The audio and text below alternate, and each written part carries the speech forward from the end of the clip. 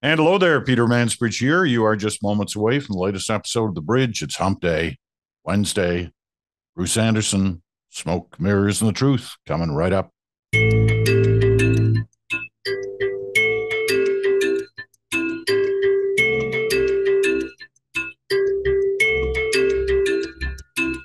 And welcome aboard to the Wednesday episode of The Bridge. It's Smoke, Mirrors, and the Truth. Bruce Anderson's in Ottawa. I'm Peter Mansbridge in Toronto for this day.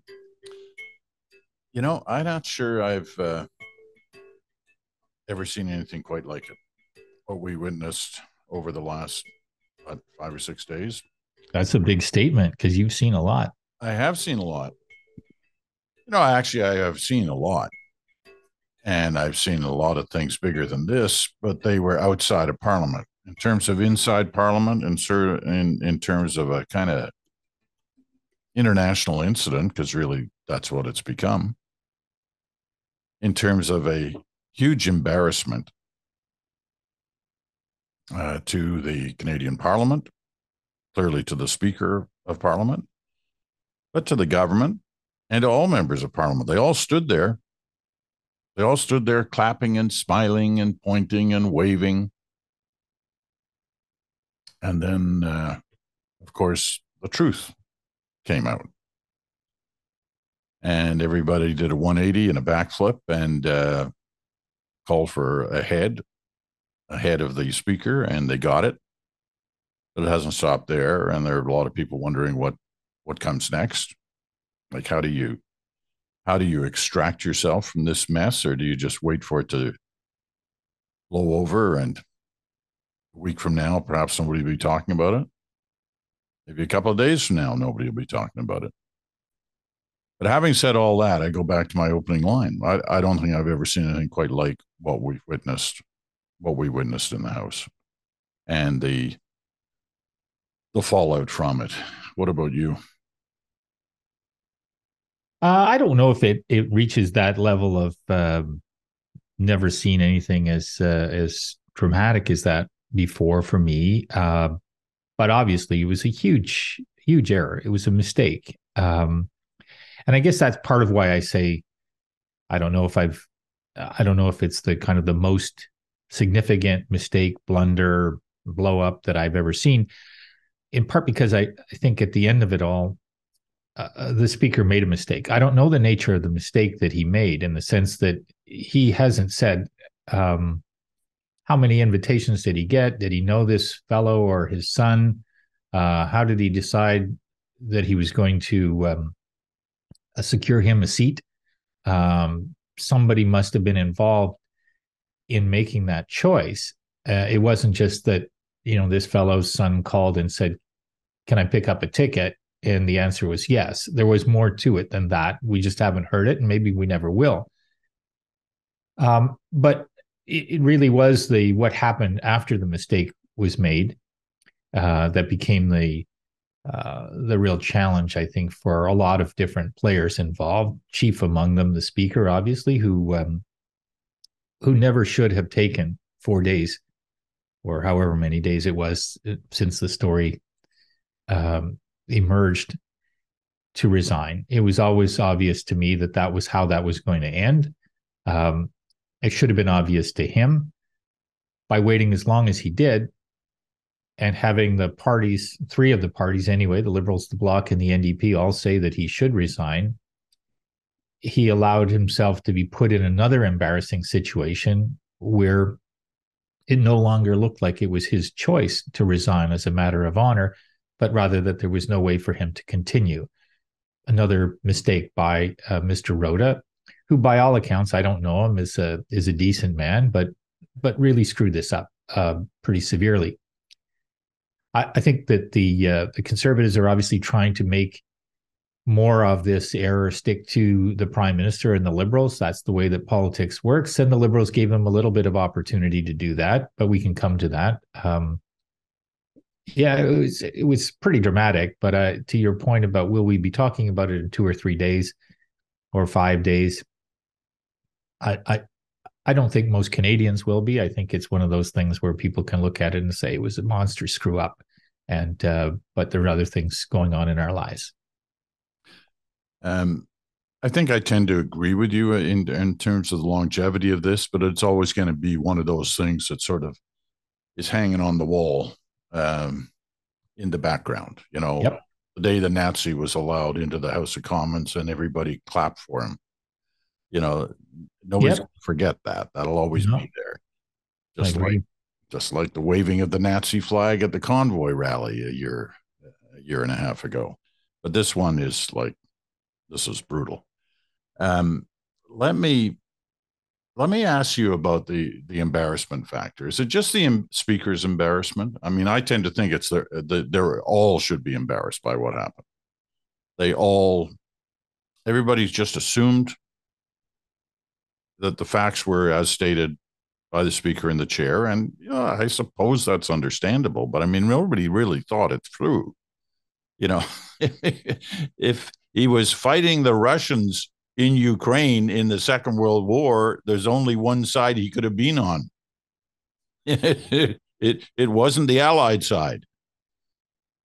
So nobody seemed to think that one through too hard. But this issue of pinning it on the government or the prime minister directly, clearly what Polyev is trying to do. And as you said, that's politics. But is there something that the prime minister has to do? And I mean, the embarrassment for the country, the clear, slight that, excuse me, Zelensky has to face as a result of being there.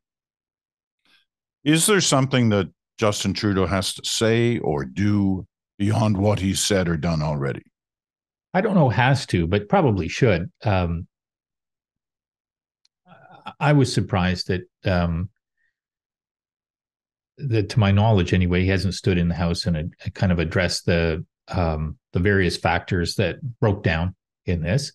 I think there's an explanation. I think the explanation is never pretty, but an explanation sometimes is better than no explanation. I do think that there's a little bit of weight attached to the argument that if you've got a foreign leader coming to the House of Commons, especially a foreign leader who's involved in a highly controversial war, that the government has some responsibility to make sure that the House galleries are full of people for whom that's a safe choice. Was there some involvement by the government in that process? Presumably there was. Did it involve looking at the invitees of everyone, including the speaker? Perhaps not. But I think at some point, it's reasonable to ask the government for an explanation as to how that happened. I don't think that it will be shocking. I don't think it will be much more than the decision for Mr. Zelensky to come to Ottawa was made relatively late in the process. It doesn't seem to me like this is one of those kind of state visits where you have months to prepare. It felt like there were days to prepare, and sometimes things happen in those situations that that nobody kind of thinks to has enough time or the inclination sometimes because they're busy with other things to think through and get right. But I do think that someone on the government side is also responsible for the motion to try to erase from the record what happened with that acknowledgement. And I don't think that was a good choice. I think that the critics of that choice are right to criticize it. I'm glad that it didn't pass. I'm glad that it didn't happen. It feels to me that Hansard is the record of what happened in the House of Commons, and removing something from the record, especially something that has the consequence that this event has had, I think is not a good idea. So, having said all of that, I think that the Conservatives are getting pretty far out over their skis on this sometimes, especially when we think about the fact that there was a high-profile German politician who visited and dined with a number of their caucus members not very many months ago, whose political leanings are pretty clearly the sort that well, where the word Nazi has been used as a descriptor.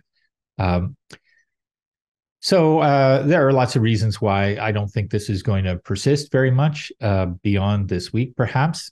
But it's some more scar tissue for a government that didn't need more. There's no doubt about that. Your point about Trudeau not being in the House of Commons this week is accurate. He has not been in there. He is there later today. And one assumes that in some fashion he's going to address this for no other reason that you can be sure that Pierre Poilievre, if he is in the House, is going to be challenging him. He was certainly wanting to challenge the Prime Minister yesterday, so I assume he'll be trying again today. I wonder how much on the Liberal side that the caucus and the cabinet were leading on the push here for the resignation of the Speaker. I suspect quite a bit. Yeah, the Prime Minister was careful with his wording, but it was clear he was pissed, and he wanted something to happen. But the members of the cabinet and members of the caucus were much more direct in what they were saying. And then apparently last night, I don't know anything about it, but last night there was some form of Liberal caucus meeting that took place with members of, backbench MPs and cabinet ministers. The Prime Minister was not at it. So I don't know what's going on inside that party. It's a challenging time. They've had a couple of big meetings, had a big caucus meeting 2 weeks ago where the stories continue to come out. Basically backing what you said 2 weeks ago, that it was a really very open and aggressive presentation by caucus members to the Prime Minister about what they thought was wrong about the directions the party was taking and the direction he was taking. So I don't know whether we should make more of what was going on last night, or that the caucus and the cabinet seem to be leading on the push for resignation or not, or whether the PM knew that was going to be happening and just let it happen. Because I don't know if I use the word aggressive to describe the conversation that happened a couple of weeks ago, and obviously I've only heard it third hand, but it was blunt, I think, and it was people were given an opportunity, and as I understand it, took the opportunity to describe what they were hearing at the doorsteps in their constituencies, most of which was critical of the government and of the Prime Minister. And you and I have been around long enough to know that these things do work in relatively predictable cycles, and this is part of what happens when you're that long in office, when the economy feels like it's in doldrums or worse, depending on your personal financial situation. A lot of people are finding anxiety about food costs or anxiety about renewals of their mortgages. They're having trouble finding affordable places to live. So it would be surprising if people weren't frustrated and fed up and expressing it to MPs when they come to the door saying, how's it all going? So I actually think that this is the way our democracy functions when it's healthy, is that MPs hear from people. They bring those views back. They get filtered into the political calculations of the government or the party, which are, if they're not in government. And then it's a question of, what are we going to do about it? Are we going to be agile enough and creative enough and diligent enough to try to turn around our fortunes? There are different polls out there. Some show Liberals behind by 6 or 7, some 12, or some 16. But they all point to a Liberal loss in the next election unless something changes in the trajectory of the two main parties. As to what happened last night, I don't know. I didn't hear about a meeting, but it wouldn't surprise me that there was a conversation. And I think, if I were in that Liberal caucus, the conversation I'd want to have is, we have issues management people. Why did it take us so long to figure out what the answer was to the question of who is this guy? Why was he there? What happened? It seemed to, it may seem to people outside the political domain that, taking a day to come to an answer about that seems like a reasonable time frame. But if you're in politics and you're feeling the heat on Twitter or Facebook or whatever social media platform you use, or you're getting emails from people in your constituency. A day is a long time. And you want to know something more quickly than that. You want to know what it is that the government has to say or what the explanation is. And alongside that, yesterday morning, I think, was the first time that Liberal politicians said probably the Speaker should think about whether to resign. Now, from my standpoint, that was 2 days late, at least. I don't know why everybody didn't have the instinct to say the position of Speaker, the role of Speaker, the prestige of the House was compromised. And so somebody has to be accountable for that. Or we live in a world where nobody's accountable for anything. And I don't believe that we should be going down that second road. I think that this was one of those pretty clear times. I don't, like Andrew Coyne wrote the other day, I don't think that every error should immediately lead to resignation. I think there needs to be a higher standard than the hollering on social platforms sometimes sounds like. But this certainly met the standard of Speaker should go. And if he didn't decide to go right away, people shouldn't have necessarily given him 2 or 3 days to think it over before they said, here's what we think should happen. And the Conservatives didn't want to do that because they wanted to pin it all on the Liberals. But the Bloc and the NDP got out ahead of the Liberals, and I don't really understand. If I'm a Liberal caucus member, I'm a little frustrated with that. That it took that long to decide what the position was going to be. They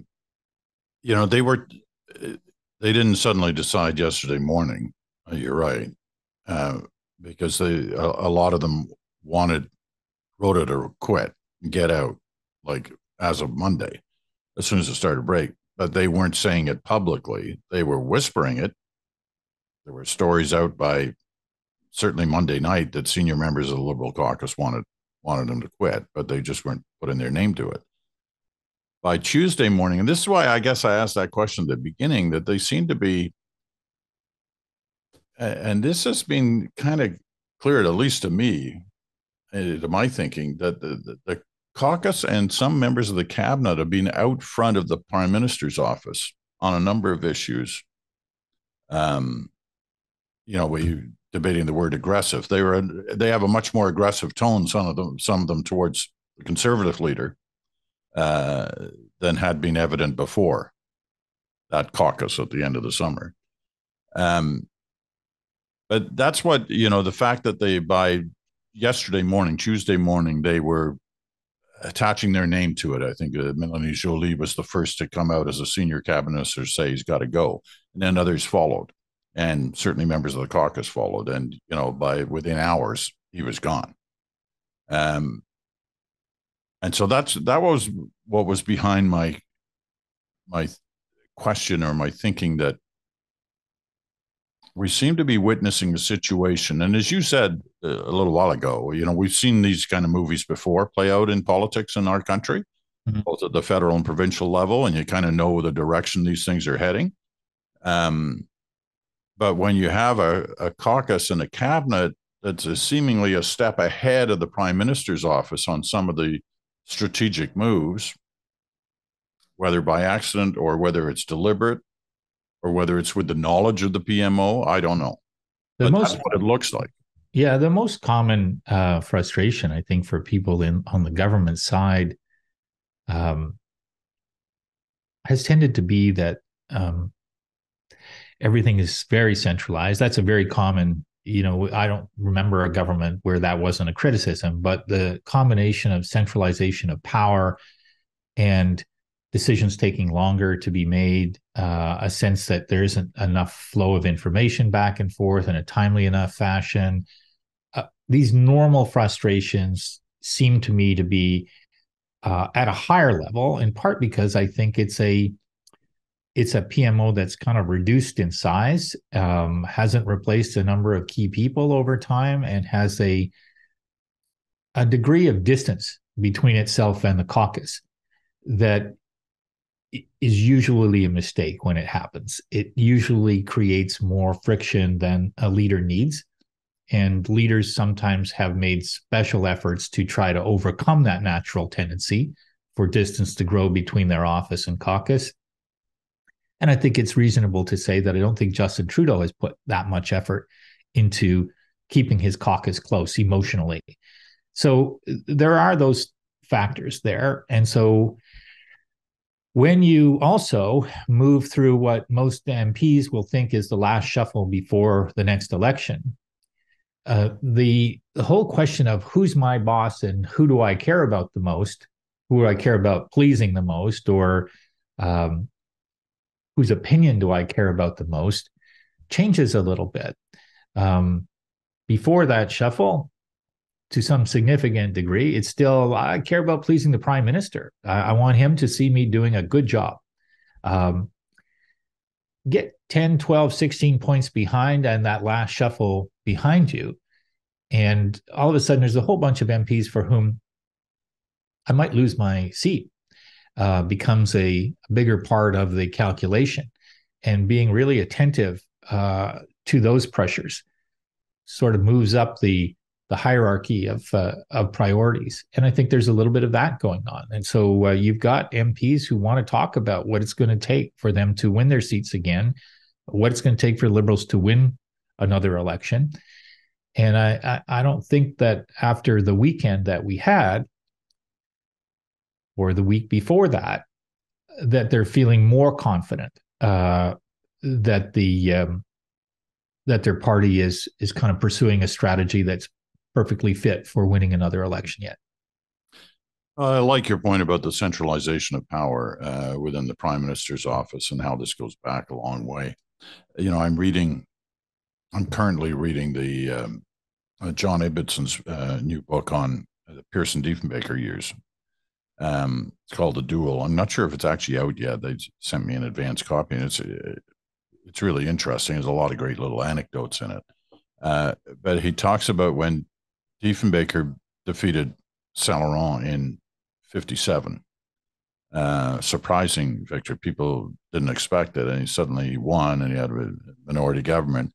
But initially, he basically wanted all the power himself. He only appointed a couple of key cabinet ministers and left the rest of the cabinet unappointed.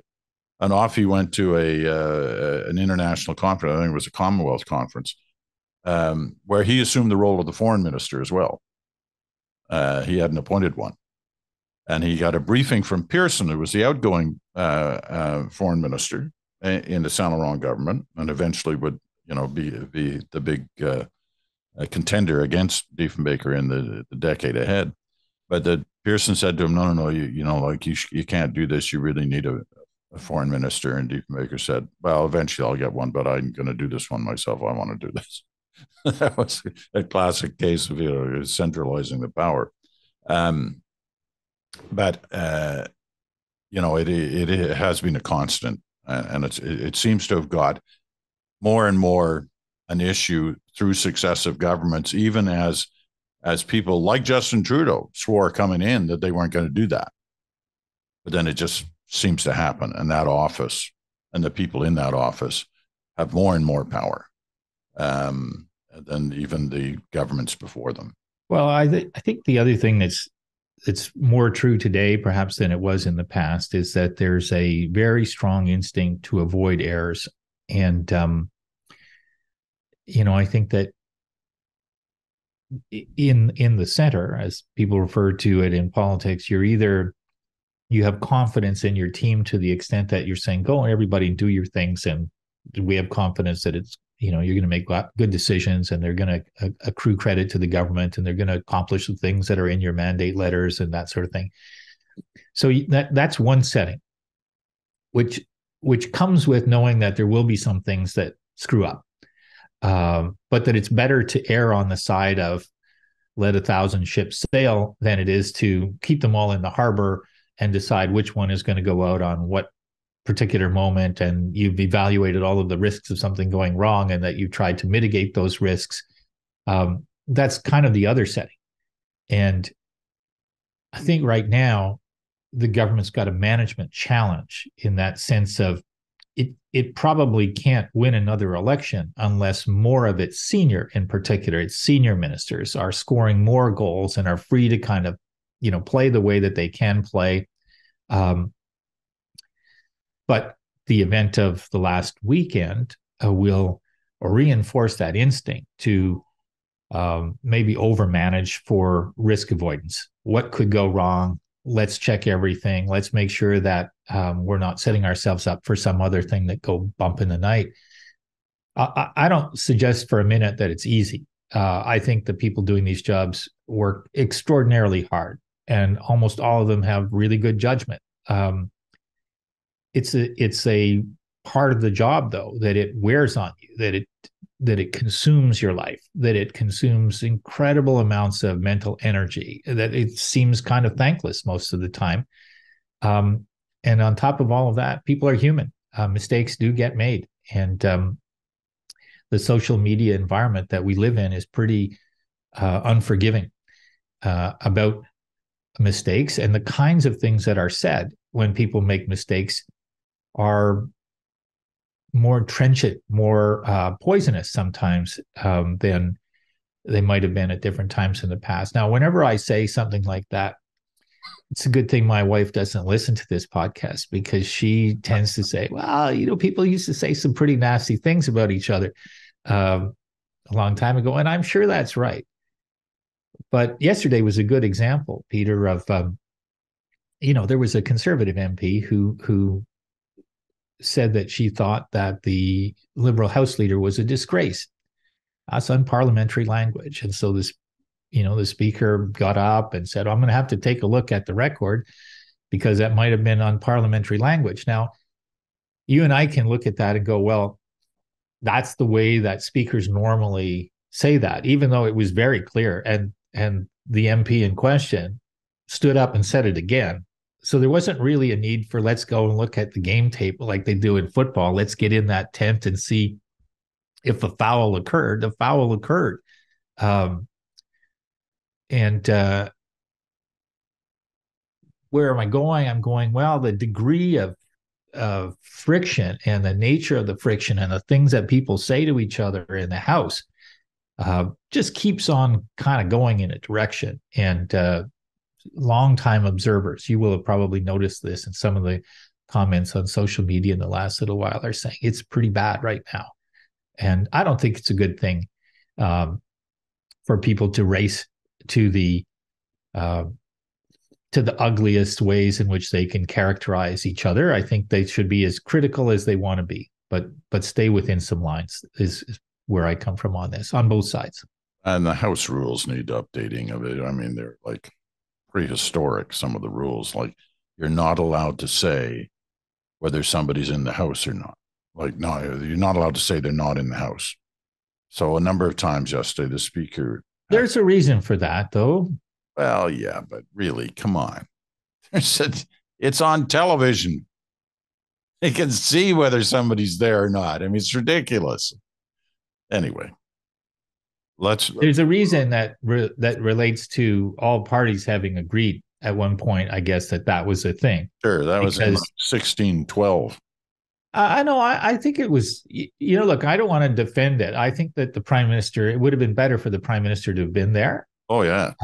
It should have been. All I'm saying is that, you can, A, you can see that he's not there, and B, really, that he's, the government can say, well, he's doing business such and such place. Anyway, if we end up debating the arcane laws of inside Parliament, but do you agree with me that there should be some language that's considered unparliamentary? Yeah, I think so. And you think it should be rewritten, and we should raise the the bar and say disgrace falls underneath the bar? I think we should bring it into the 21st century in terms of the way we can get into this discussion. That they're having in the States is, can you wear whatever you want inside Congress? There's what's his name? One of the senators, I think from Pennsylvania, is wearing shorts and a T-shirt, and others are going, oh no, my God, you can't do that. You have to wear a jacket and tie and blah blah blah blah. Really, there are important things to discuss and debate, and I'm not sure dress is one of them for taking part in these kind of discussions. But anyways, as I said, if we end up with a discussion here about the sometimes arcane laws inside of a parliament or a legislative body, we're sunk. I have a much better thing to raise, and I'm going to raise it with you Standing by. right after this.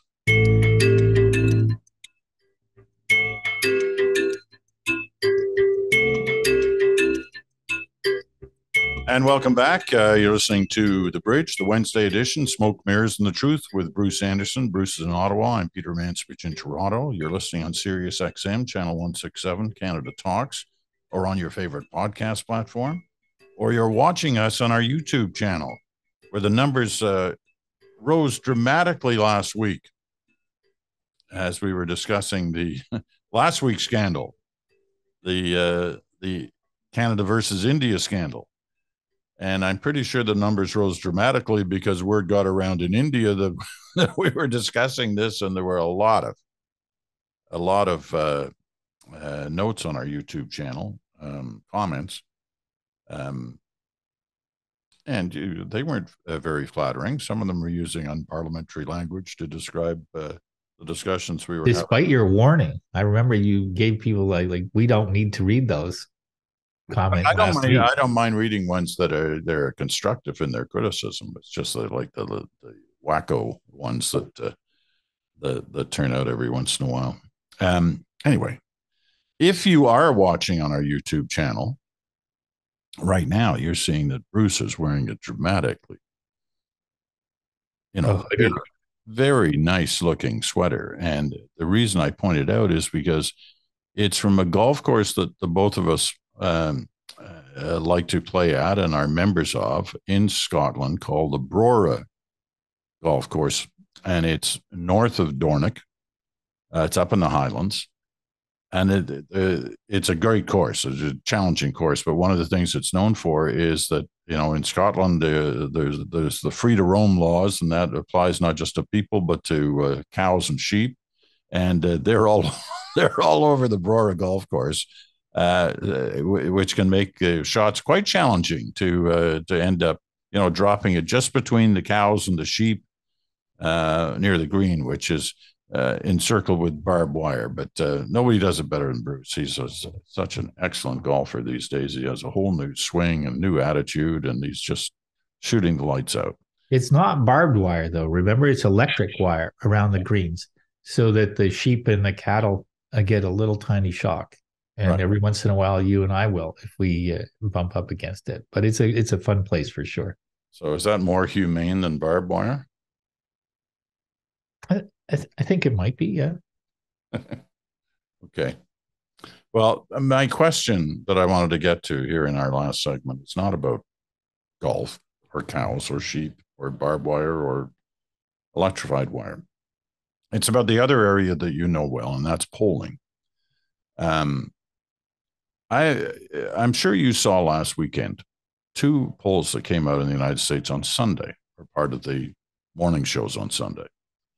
One from ABC News, absolutely reputable news organization. The other from NBC, equally reputable. And both have polling units, which have been credited with, good results that are respected over the years. So anyway, same question.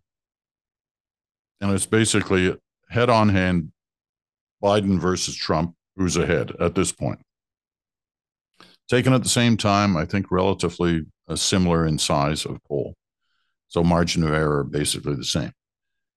The ABC poll had Trump 10 points ahead of Biden. The NBC poll had them even. ABC put out a statement along with their poll saying, you know what, this may be an outlier, this poll, because it doesn't reflect what other polling agencies are finding, not just the NBC one, but others. That's rare. I won't use the term, I've never seen that before, but it's certainly rare that a company or a news agency that is releasing a poll would say at the same time, this could be an outlier. In other words, it could be wrong. 19 times out of 20, they're right. They're confident in the results. One time out of 20, maybe not so much. And that seems to be what ABC was suggesting about this one. Yeah. What did you think about that?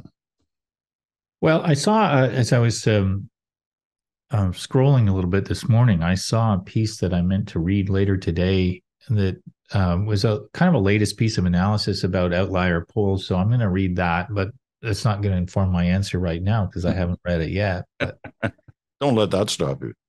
I think that for ABC to put out a statement with that caveat, first of all, if they were sure their poll was wrong, they probably would have just flushed it, not put it out. So they would have had conversations with their pollsters to say, why is this number so different from other people's numbers? And the pollsters would have had an argument to make.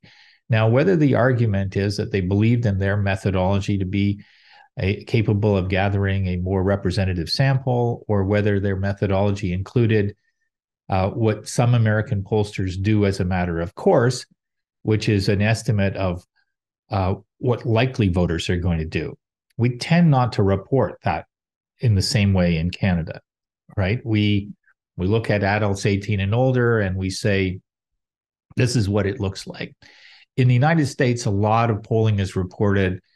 The numbers are reported as proportions of likely voters who are supporting one candidate or another. What that does is it removes all of the people who probably won't vote, and in many cases won't vote because they really don't have strong feelings one way or another about politics or about political parties or candidates.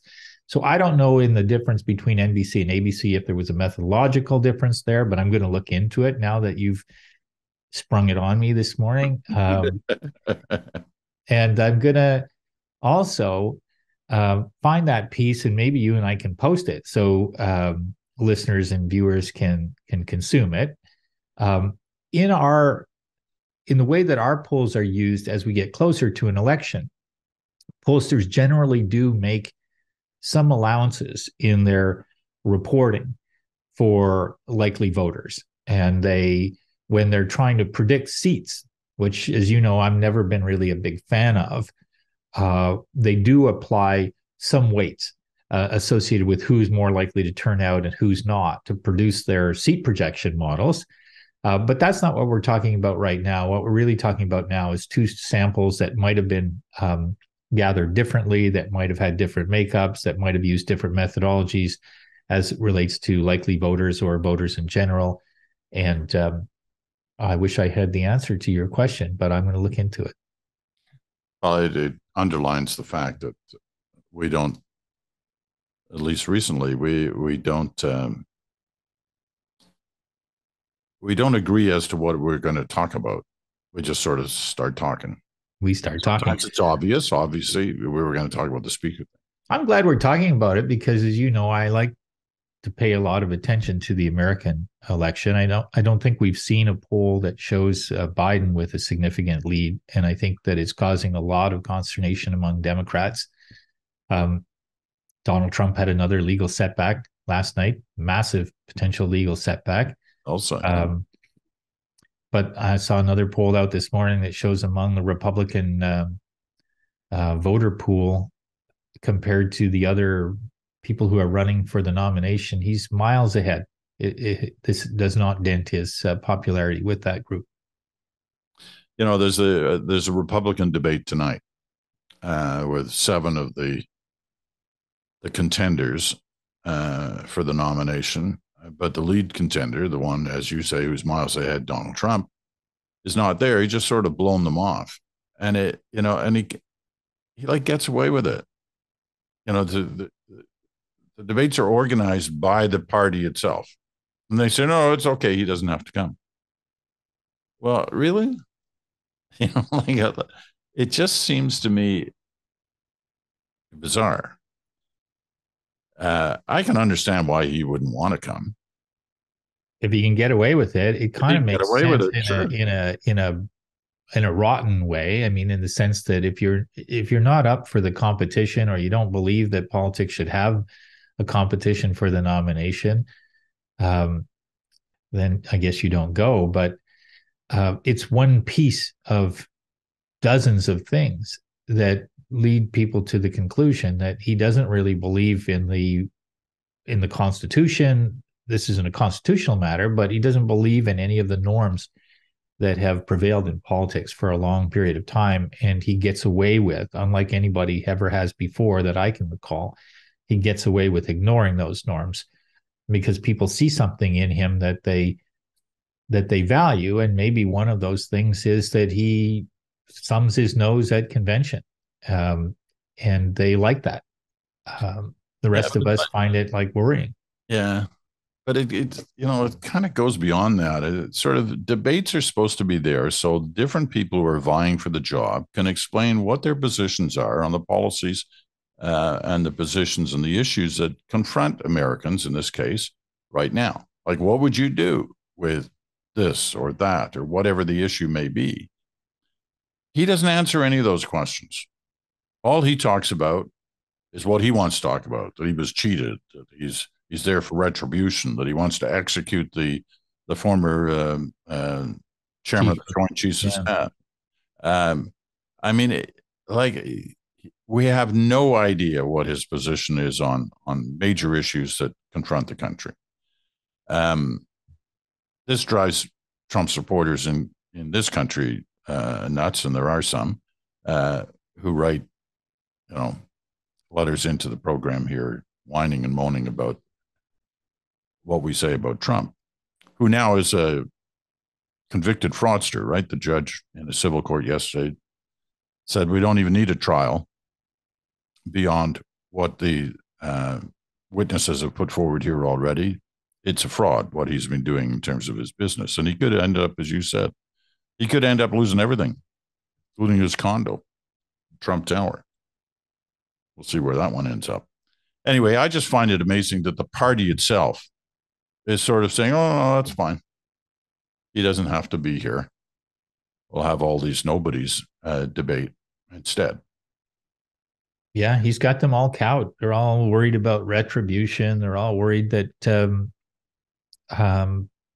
it's not their party anymore. It's his and his base voter that are big enough and energetic enough that they basically decide what the Republican Party is today. It's quite a shocking turn of events. If you'd sort of said 10 years ago, could you imagine somebody being so exceptional that they could achieve that level of control over a party of that size, with that history, in a democracy that big, with so many moving parts? You would say, well, no. But if there was going to be such a person, you'd think they'd have to be more extraordinary in a talented way than Donald Trump. And right, I mean, it's hard to look at this guy and say spend $11 billion on a vetting exercise to get to this individual. But there's something about his celebrity and his style that appeals to enough people, just enough people, Yeah. to make him have that power. Well, he certainly seems to have that power. I still think he'll get trounced if he's not in jail in an election next year, but I've been wrong on Trump all along. So who's to say I'm not wrong again? As we All get right. closer, I might take the over on that. I might think that we'll see. I hope not, but Okay. That's going to wrap it up for this day. Bruce will be back on pleasure to Friday. see you. A pleasure to see you and your Aurora golf sweater. Bruce will be back on Friday with Chantal as we do a little good talk. Tomorrow it is your turn. So if you've got things to say, drop me a line. Drop it now at the Mansbridge Podcast at gmail.com. The Mansbridge. The ranter. Any ranter? The ranter's tomorrow. He's every week, every Thursday. He's in the bullpen right now, ranting away. Get him ready for tomorrow. So that's tomorrow's program on Your Turn on the Random Ranter. I'm Peter Mansbridge for Bruce. Have a great evening. Thanks for listening. Talk to you again tomorrow.